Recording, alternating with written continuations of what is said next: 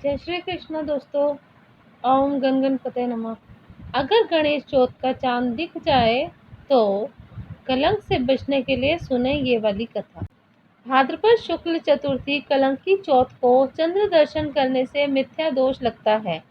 इस वर्ष दिनांक 30 अगस्त को चंद्र दर्शन ना करें। भूलवश चंद्र दर्शन हो जाए तो उसका प्रभाव कम करने के लिए इस मंत्र का 21, 51 या 108 बार जप करके पवित्र किया हुआ जल पिएं। सिंह प्रसेनम वदितः सिंहो जाम्बवता अतः सुकुमारक मारोदित्स्व ह्योष सयमंतक। अर्थात सुंदर सलोने कुमार इस मणि के लिए सिंह ने प्रसेन को मारा है और जाम्बवान ने उस सिंह का संहार किया है, अतः तुम रो मत। अब इस सयमंतक मणि पर तुम्हारा ही अधिकार है। श्रीमद् भागवत के 10वें स्कंद के 56 और 97 अध्याय में दी गई सयमंतक मणि की चोरी की कथा का आदर पूर्वक पठन या श्रवण करना चाहिए। सयमंतक मणि चोरी की कथा 56वां अध्याय। सयमंतक मणि कथा जाम्बवती और सत्यभामा के साथ श्री कृष्ण का विवाह। श्री शुकदेव जी कहते हैं, परीक्षित, सत्राजित ने श्री कृष्ण को झूठा कलंक लगाया था। फिर उस अपराध का मार्जन करने के लिए उसने स्वयं सयमंतक मणि सहित अपनी कन्या सत्यभामा भगवान श्री कृष्ण को सौंप दी। राजा परीक्षित ने पूछा, भगवान, सत्राजित ने भगवान श्री कृष्ण का क्या अपराध किया था? उसे सयमंतक मणि कहाँ से मिली और उसने अपनी कन्या उन्हें क्यों दी? श्री शुकदेव जी ने कहा, परीक्षित, सत्राजित भगवान सूर्य का बहुत बड़ा भक्त था। वे उसकी भक्ति से प्रसन्न होकर उसके बहुत बड़े मित्र बन गए थे। सूर्य भगवान ने प्रसन्न होकर बड़े प्रेम से उसे सयमंतक मणि दी थी।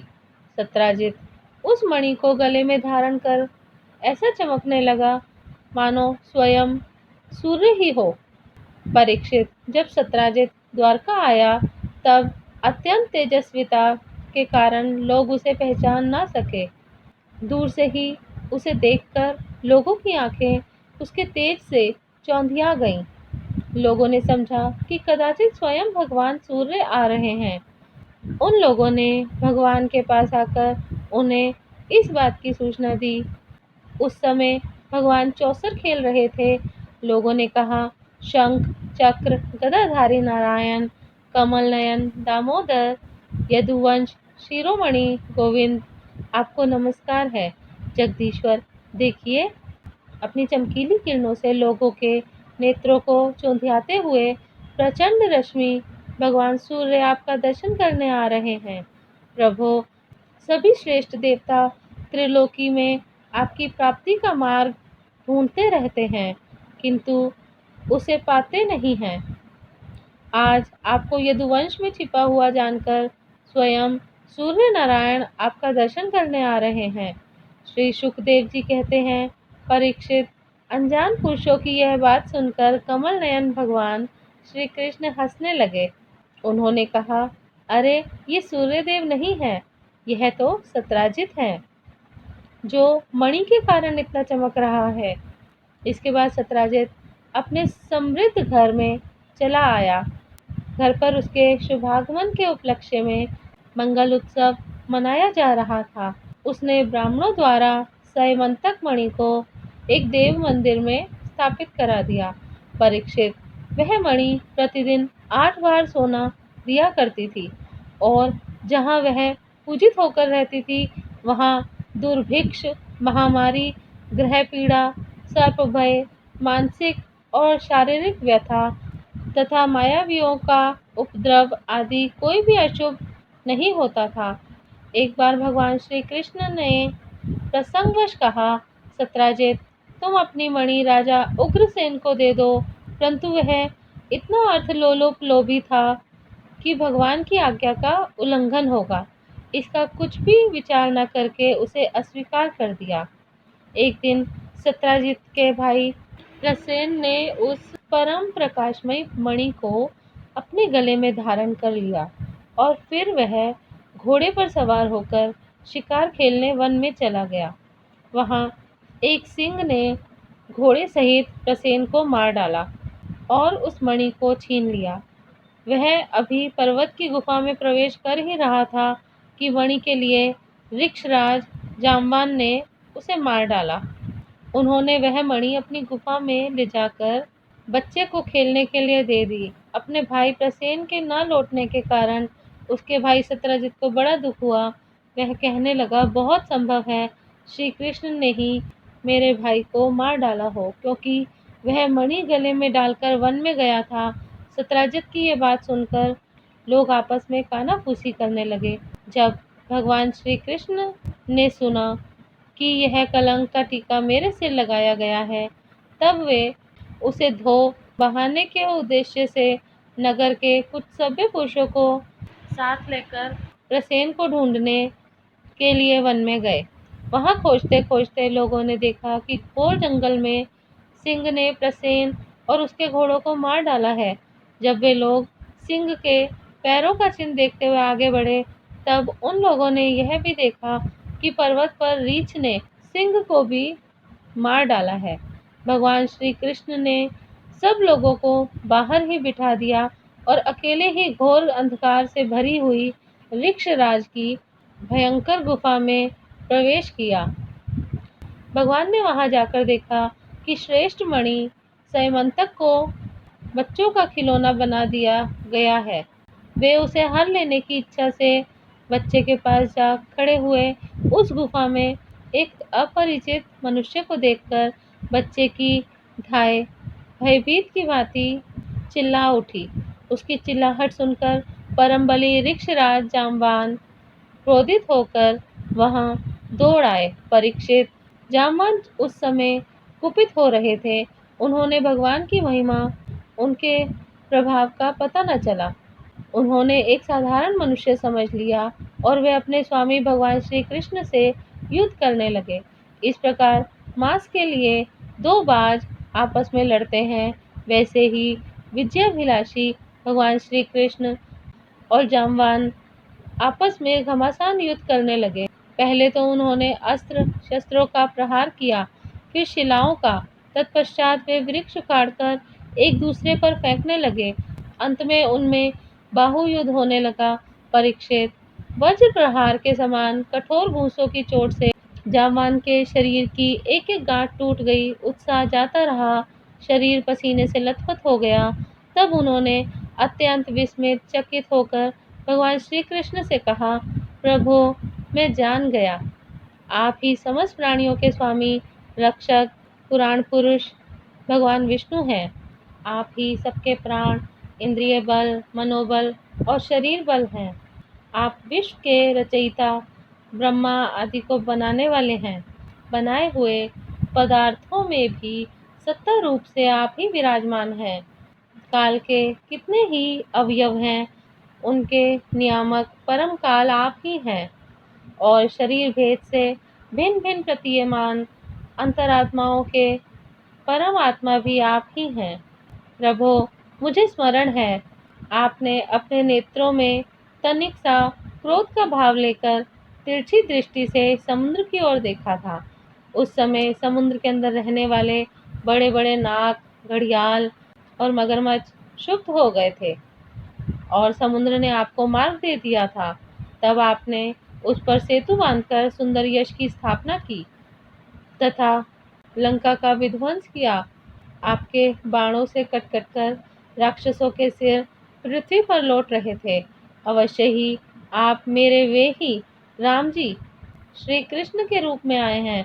परीक्षित, जब ऋक्षराज जाम्बान ने भगवान को पहचान लिया, तब कमल नयन श्री कृष्ण ने अपने परम कल्याणकारी शीतल कर कमल को उनके शरीर पर फेर दिया और फिर अहेतु की कृपा से भरकर प्रेम गंभीर वाणी से अपने भक्त जाम्बान जी से कहा, ऋक्षराज, हम मणि के लिए ही तुम्हारी इस गुफा में आए हैं। इस मणि के द्वारा मैं अपने पर लगे झूठे कलंक को मिटाना चाहता हूँ। भगवान के ऐसा कहने पर जाम्बान बड़े आनंद से उनकी पूजा करने के लिए अपनी कन्या कुमारी जामवती को मणि के साथ उनके चरणों में समर्पित कर दिया। भगवान श्री कृष्ण जिन लोगों को गुफा के बाहर छोड़ गए थे, उन्होंने 12 दिन तक उनकी प्रतीक्षा की, परंतु जब उन्होंने देखा कि अब तक वे गुफा से नहीं निकले, तब वे अत्यंत दुखी होकर द्वारका लौट गए। वहां जब माता देवकी, रुक्मणी, वसुदेव जी तथा अन्य संबंधियों और कुटुंबियों को यह मालूम हुआ कि श्री कृष्ण गुफा से निकले ही नहीं, तब उन्हें बड़ा शोक हुआ।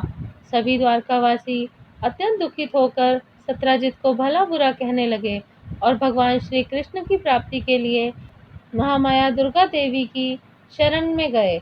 उनकी उपासना करने लगे। उनकी उपासना से दुर्गा देवी प्रसन्न हुई और उन्होंने आशीर्वाद दिया। उसी समय उनके बीच में मणि और अपनी नववधू जामवती के साथ सफल मनोरथ होकर श्री कृष्ण सबको प्रसन्न करते हुए प्रकट हो गए।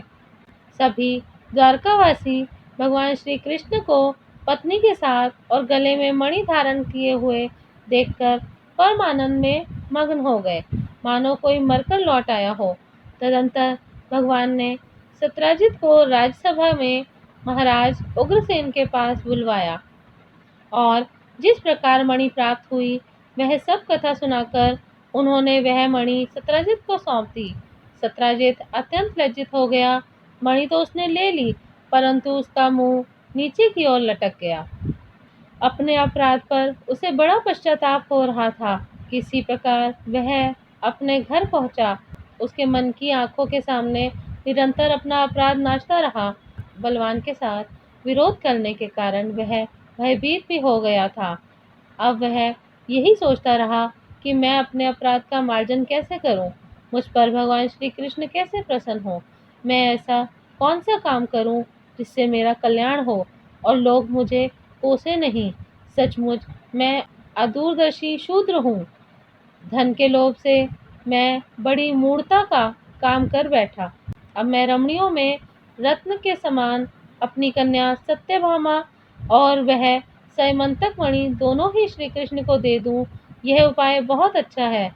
इसी से मेरे अपराध का मार्जन हो सकता है, और कोई उपाय नहीं है। सत्राजित ने अपनी विवेक बुद्धि से ऐसा निश्चय करके स्वयं ही इसके लिए उद्योग किया और अपनी कन्या तथा सैमंतक मणि दोनों ही ले जाकर श्री कृष्ण को अर्पण कर दी।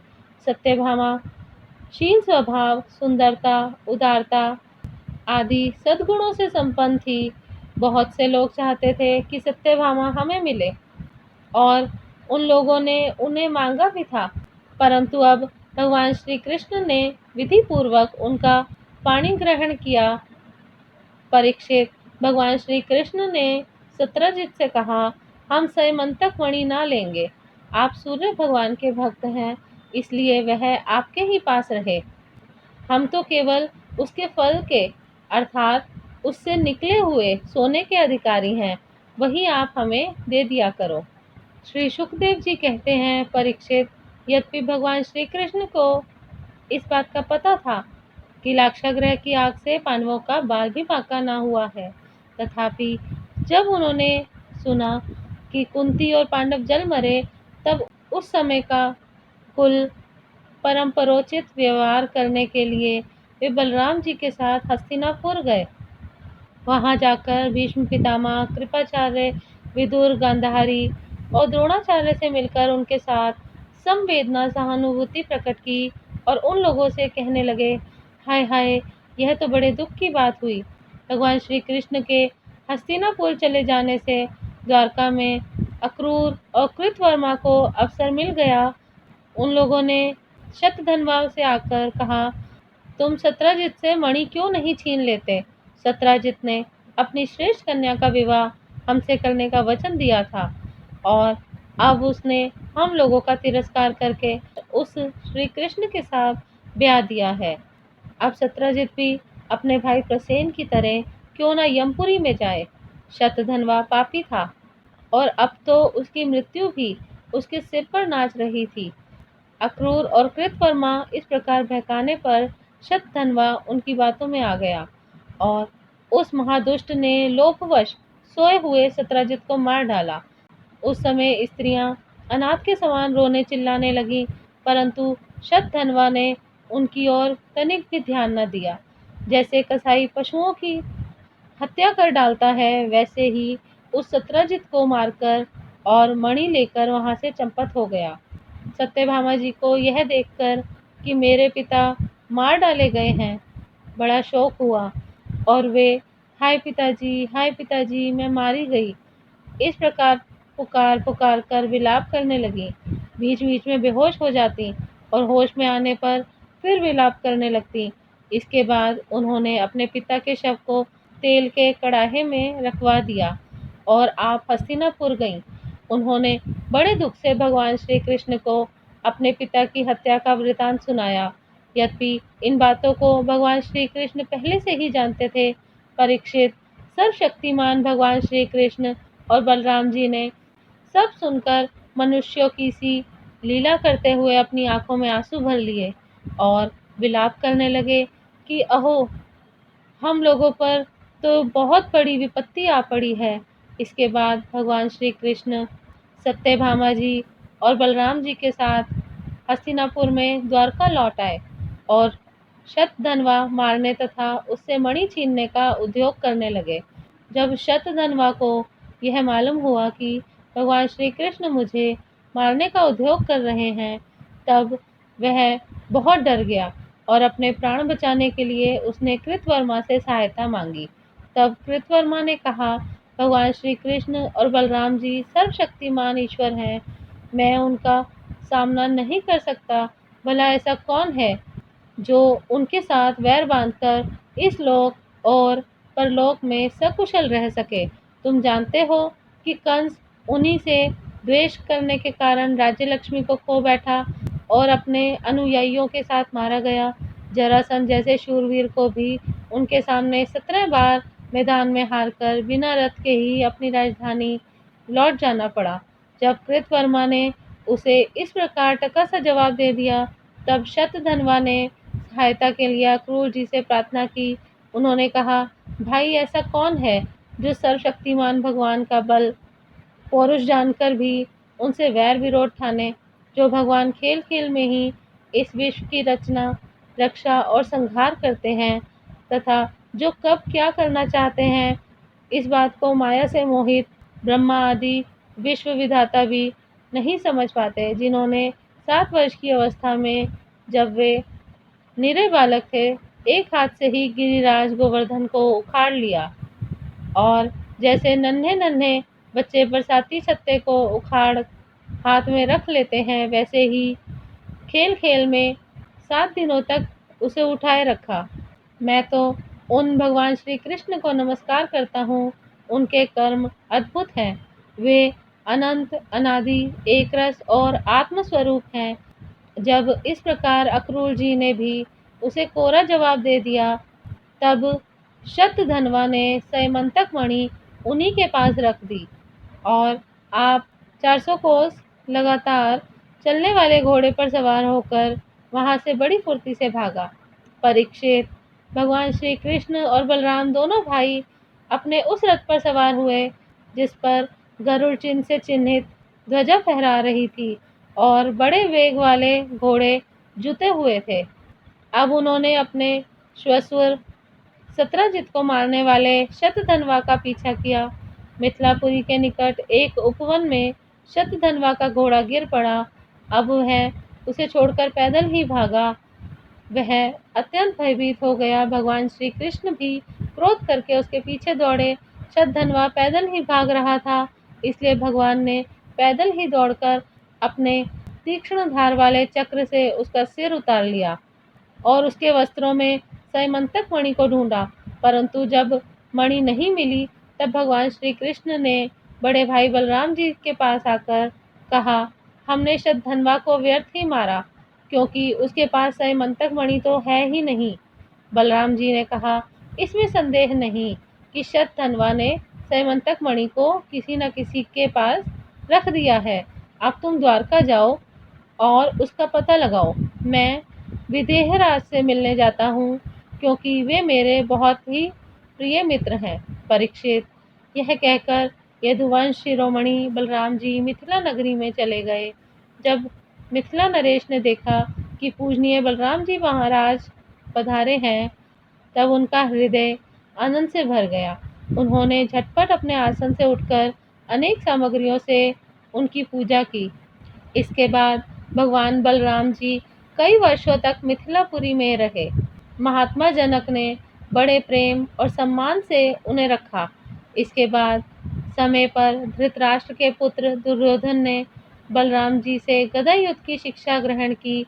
अपनी प्रिय सत्यभामा का प्रिय कार्य करके भगवान श्री कृष्ण द्वारका लौट आए और उनको यह समाचार सुना दिया कि शतधन्वा को मार डाला गया, परंतु सैमंतक मणि उसके पास न मिली। इसके बाद उन्होंने भाई बंधुओं के साथ अपने श्वशुर सत्राजित की वे सब औधर्व दैहिक क्रियाएं करवाईं, जिनसे मृतक प्राणी का परलोक सुधरता है। अक्रूर और कृतवर्मा ने शतधन्वा को सत्राजित के वध के लिए उत्तेजित किया था। इसलिए जब उन्होंने सुना कि भगवान श्री कृष्ण ने शतधन्वा को मार डाला है, तब वे अत्यंत भयभीत होकर द्वारका से भाग खड़े हुए। परीक्षित, कुछ लोग ऐसा मानते हैं कि अक्रूर के द्वारका से चले जाने पर द्वारकावासियों को बहुत प्रकार के अनिष्टों और अरिष्टों का सामना करना पड़ा, परंतु जो लोग ऐसा कहते हैं वे पहले कही हुई बातों को भूल जाते हैं।